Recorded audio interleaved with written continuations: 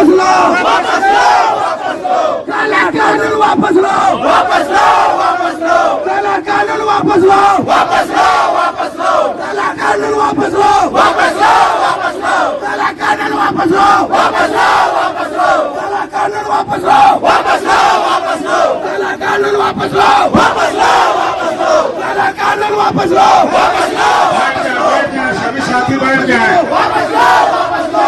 बोले इंकलाब आएगा, इंकलाब आएगा, बोले इंकलाब आएगा। मस्जिद से मीनारों से, अरे मस्जिद से मीनारों से, मिंबर से मेहराबों से, अरे मिंबर से मेहराबों से, अरे तालों से दीवारों से, अरे तालों से दीवारों से, अरे चौक से चौराहों से, अरे चौक से चौराहों से, अरे गलियों से बाजारों से, अरे गलियों से बाजारों से, बच्चों से नौजवानों से, बच्चों से जवानों से, अरे नदियों से पहाड़ों से, नदियों से पहाड़ों से, झीलों से दरियाओं। नमस्कार जोहार दोस्तों, अब देख रहे हैं मानवाधिकार मीडिया रांची, सच अब तक। तो आज हम आपके सामने बहुत बड़ी खबर लेके पहुंचे हैं दोस्तों। आज हम बात करेंगे वक्फ संशोधन बिल के बारे में, जो हमने आपको 3 से 4 दिन पहले ही से बता रहे हैं और वक्फ संशोधन बिल के बारे में लगातार आप लोगों को अपडेट पहुंचा रहे हैं। तो दोस्तों मैं आपको बता दूं कि आज जो है सो मांडर प्रखंड के मुड़मा में बहुत बड़ा जनविशाल सभा का आयोजन हुआ, जिसमें बड़े बड़े कई दिग्गज नेता वहां पर मौजूद हुए, उपस्थित हुए। दोस्तों मैं आपको बता दूं कि इसी बीच जो है सो कांके विधानसभा के विधायक सुरेश कुमार बैठा जी ने रांची जिला ग्रामीण कांग्रेस कमेटी के पूर्व कार्यकारी अध्यक्ष जो हैं आइनुल हक अंसारी, उनको भरे स्टेज में आइनुल हक अंसारी जी से गले मिले और मिलकर बहुत खुश हुए। तो ये सब सारी वीडियो हम आपको दिखाने वाले हैं और चलिए बताते हैं कौन कौन क्या कहे। तो दोस्तों मैं आपको बता दूं कि बीजेपी पर आज जमकर, केंद्र सरकार पर, बीजेपी वालों पर, कांग्रेस के कार्यकर्ताओं ने, जैसे पूर्व शिक्षा मंत्री जो है बंधु तिर्की, जिन्होंने जोल्हा कोल्हा भाई भाई वाला जो बयान दिए थे, आपको पहले भी ये वीडियो शायद कहीं सुने होंगे, तो ये वीडियो भी आप देखिएगा, जोल्हा कोल्हा भाई भाई वाला। और सुरेश बैठा भी बीजेपी वालों पर खूब बरसे हैं। तो यही तो नेता लोग का तो वार पलटवार चलते रहता है। दोस्तों मैं आपको बता दूं कि उसमें आपको बता देते हैं कौन कौन उपस्थित हुए थे, जिसमें आपको मैं बता देता हूं कि ऑल मुस्लिम यूथ एसोसिएशन के अध्यक्ष जो हैं एस अली जी, जिनसे हम 13 तारीख को इंटरव्यू लिए थे और आज भी लिए हैं, वो वीडियो भी आपको दिखाएंगे। और जो दूसरा में है सचिव नौशाद आलम जी, पूर्व शिक्षा मंत्री बंधु तिर्की, जिला परिषद सह सदस्य आदिल अजीम, रांची जिला कांग्रेस, रांची जिला ग्रामीण अल्पसंख्यक कांग्रेस अध्यक्ष समीम अख्तर, मांडर प्रखंड अंजुमन इस्लामिया के सदर नूरुल्लाह हबीब नदवी, सेक्रेटरी अफरोज हुसैन, रातू प्रखंड के सदर कहिए और अमन ग्रुप वेलफेयर ट्रस्ट के केंद्रीय अध्यक्ष कहिए अताउल्ला अंसारी जी, वह बुढ़मू प्रखंड अंजुमन कमेटी के सदर कहिए और कांके विधानसभा के विधायक प्रतिनिधि समीम बड़ेहार जी, हाजी अरशद अयूब, पूर्व कारगिल सैनिक अंजुम खान जो है सो कांके विधानसभा क्षेत्र के विधायक सुरेश कुमार बैठा, पूर्व कार्यकारी अध्यक्ष रांची जिला ग्रामीण कांग्रेस कमेटी आइनुल हक अंसारी जी। इसके साथ दोस्तों मैं आपको बता दूं इरशाद इमाम, साकिर इस्लाही, समीम अख्तर आजाद, मांडर प्रखंड कांग्रेस युवा अध्यक्ष शमसुल शेख समेत जो है सो आपको बता दें कि हजारों कार्यकर्ता, आयोजनकर्ता वहां पर उपस्थित थे। तो दोस्तों मैं आपको यह सारा वीडियो दिखा रहा हूं। आज बहुत दिलचस्प रहा वो आयोजन, वो प्रोग्राम बहुत अच्छा था, जिसमें बंधु तिर्की जो है वो खूब बरसे बीजेपी वालों पर। तो यही हम आपको बताते चले आ रहे हैं कि नेता लोग का तो वार पलटवार चलते रहता है। बीजेपी वाले कांग्रेस पर निशाना साधते हैं और कांग्रेस वाले बीजेपी पर निशाना साधते हैं। तो एक दूसरे पर वार पलटवार भी करना जरूरी है, आप लोगों को सभी को पता है, राजनीतिक दलों का यही काम होता है। तो चलिए आगे का वीडियो दिखाते हैं, तब तक आप बने रहिए मानवाधिकार मीडिया रांची पर। बहुत सारी बातों को हम लोगों ने सुना और बहुत सारी बातें आई, लेकिन जो पूरी लड़ाई है ये संविधान के अनुच्छेद 14, 19, 25, 26, 29 और 301 के बीच की लड़ाई है, जो भारत के हर नागरिक को प्राप्त है और वर्तमान सरकार इसको छीनना चाहती है। सबसे पहले तो हम लोग ये जानने का कोशिश करेंगे कि वक्फ है क्या और वक्फ एक्ट 2025 में क्या लाया गया। वक्फ हमारे पूर्वजों ने अल्लाह के नाम पर इस्लामिक परंपरा मान्यता के अनुसार मस्जिद के लिए, मकबरे के लिए, मजार के लिए, मीनार के लिए, ईदगाह के लिए, कब्रिस्तान के लिए वक्फ किया, यानी कि दान किया इस्लामिक परंपरा के अनुसार, उसकी मान्यता के अनुसार।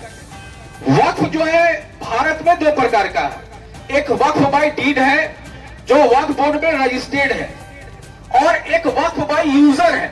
वक्फ बाय यूजर क्या है? हमारे पूर्वजों ने या इस देश के राजा महाराजा, जमींदार, जागीरदार या ओहदार जिन्होंने मौखिक रूप से या सादे कागज में वक्फ किया, दान किया, उसको हम लोग कहते हैं वक्फ बाय यूजर, जिसका वक्फ बोर्ड में कोई रजिस्ट्रेशन या डीड नहीं है। वक्फ बाय यूजर अगर हम बात करें झारखंड में और रांची में, तो कौन सी संपत्ति है?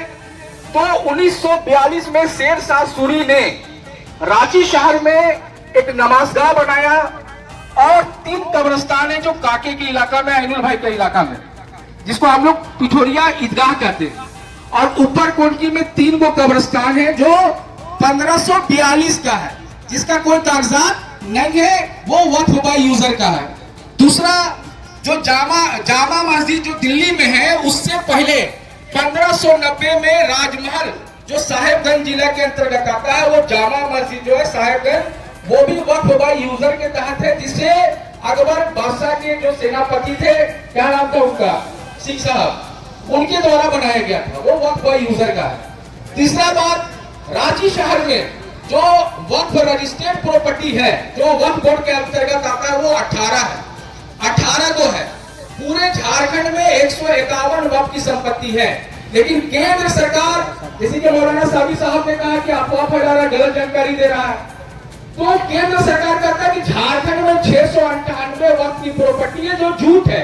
हम खोज रहे हैं लगातार कि 658 वक्फ की प्रॉपर्टीज कहाँ है, क्योंकि हमारे पास जो आरटीआई से जो हमने कागज निकाला था वक्फ बोर्ड से, उसमें जो है 151 वक्फ की प्रॉपर्टी है, रांची में 18 वक्फ की प्रॉपर्टी है, ग्रामीण क्षेत्रों में सिर्फ खलारी में वक्फ की प्रॉपर्टी है, खलारी में सिर्फ वक्फ की प्रॉपर्टी है।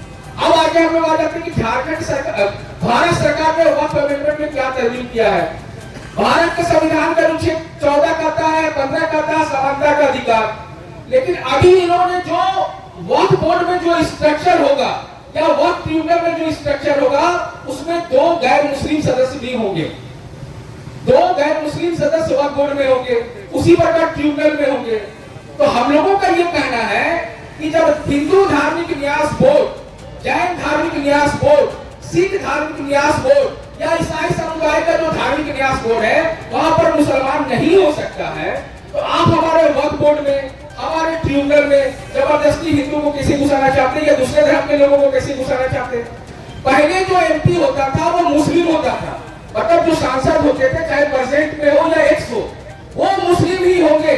लेकिन अभी जो एक्ट लाया गया है, उसमें कोई भी सांसद जो है सांसद कोटा सिस्टम मेंबर बन सकता है, मतलब निशिकांत दुबे भी झारखंड राष्ट्र सुन्नी वक्फ बोर्ड का मेंबर हो सकता है।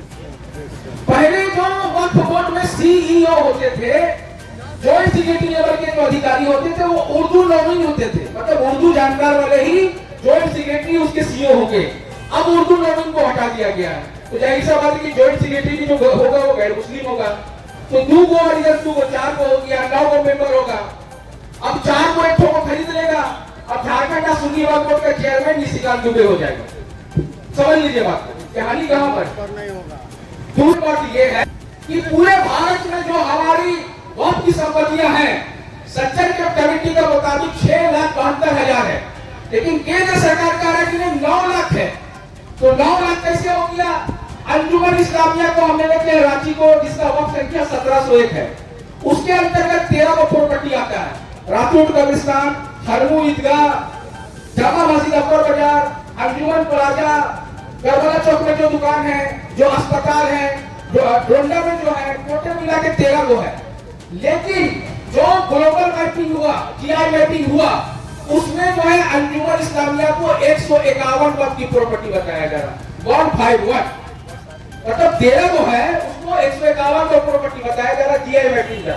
मतलब जो बाथरूम है, जो हॉल है, जो कमरा है, जो दुकान है, सबको अलग अलग अपनी प्रॉपर्टी बताया जा रहा है। तो 6 लाख बढ़ के 9 लाख हो गया पूरे भारत। तो इस प्रकार का जो मामला लाया गया, तो कहीं ना कहीं एक बड़ी साजिश है कि जो हमारे पूर्वजों के द्वारा जो सादा कागज में, ये जो पूरी लड़ाई है सादा कागज की लड़ाई है।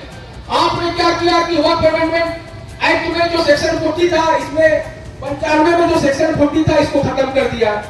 अब कोई मामला पर केस मुकदमा होगा तो अब इसका सुनवाई वक्फ बोर्ड नहीं करेगा, वक्फ ट्रिब्यूनल नहीं करेगा, कौन करेगा? कलेक्टर साहब करेंगे। कलेक्टर साहब के ऊपर के अधिकारी करेंगे। तो कलेक्टर साहब को कितना समय है और हमारे कितने मामलों में वो हमें न्याय देते हैं, ये आपको समझना पड़ेगा। इसीलिए हम लोगों को कहना कि सेक्शन 40 को जो आपने वापस किया है उसको फिर से वापस लाओ। इसी प्रकार आप देखिएगा कि इसमें जो सेक्शन 3 है उसको भी खत्म कर दिया गया है। ये कह रहे हैं कि हम महिलाओं को अधिकार दे रहे हैं। तो मैं यहाँ पर शिक्षा मंत्री हमारे बीच में मौजूद है, रहमान साहब जो केंद्रीय अल्पसंख्यक कार्य मंत्री भारत सरकार के थे, 2011 में पूरे भारतवर्ष में वो घूम रहे थे और घूमते घूमते वो झारखंड में आए थे। और झारखंड में हम लोगों ने 2011 में प्रपोजल दिया था कि आप महिलाओं की भी भागीदारी वक्फ बोर्ड में, वक्फ प्रॉपर्टी में सुनिश्चित करो। और इस एक्ट में आप देखिएगा सेक्शन 81 में इसमें साफ लिखा है कि वक्फ बोर्ड में 2 महिलाएं भी सदस्य हो सकती हैं। इसी एक्ट में लिखा हुआ है कि जो विडो है, जो विधवा है, जो बेसहारा है, जो लाचार है, जो बेबस है, जिसका कोई सहारा नहीं है, इस एक्ट के माध्यम से उसको भत्ता मिलेगा, उसको जो है सारा जिम्मेवारी वक्फ बोर्ड उठाएगा। ये लोग कह रहे हैं कि अस्पताल बनाएंगे, स्कूल बनाएंगे, कॉलेज बनाएंगे, हमने एक्ट में ऐसा प्रोविजन लाया। तो अमेंडमेंट एक्ट 2013 जो 1995 में संशोधन हुआ, में सारे चीज मौजूद है। मोदी सरकार बार बार झूठ बोल रहा है कि हमने ये कर दिया, हमने ये कर दिया, हमने पसमंदाओं को शामिल कर दिया। तो झारखंड राज्य सुन्नी वक्फ बोर्ड में 9 गो मेंबर है सर, 9 गो मेंबर में 6 गो पसमंदा पिछड़े वर्ग से 6 गो है। अब क्या है कि जो नया एक्ट आया उस पर मात्र 2 में ही होगा। तो जहां 6 गो तक है वहां 2 में आप सीमित कर दिए। आप बिहार में चलिएगा तो वहां का चेयरमैन पसमंदा समुदाय से है और 5 गो मेंबर पसमंदा समुदाय से। तो जो आपस में हम लोगों को लड़ाने का जो लगातार ये प्रयास किया जा रहा है, वक्फ अमेंडमेंट एक्ट 2025 वापस लेना होगा, वक्फ अमेंडमेंट एक्ट 2025 वापस लेना होगा, वक्फ अमेंडमेंट एक्ट वापस लेना होगा। मोदी तुम्हारी मनमानी नहीं चलेगी, अमित शाह तुम्हारी तानाशाही नहीं चलेगी, अमित शाह तुम्हारी गुंडागर्दी नहीं चलेगी, अमित शाह तुम्हारी गुंडागर्दी नहीं चलेगी। काला कानून वापस लो, काला कानून वापस लो। धन्यवाद, शुक्रिया।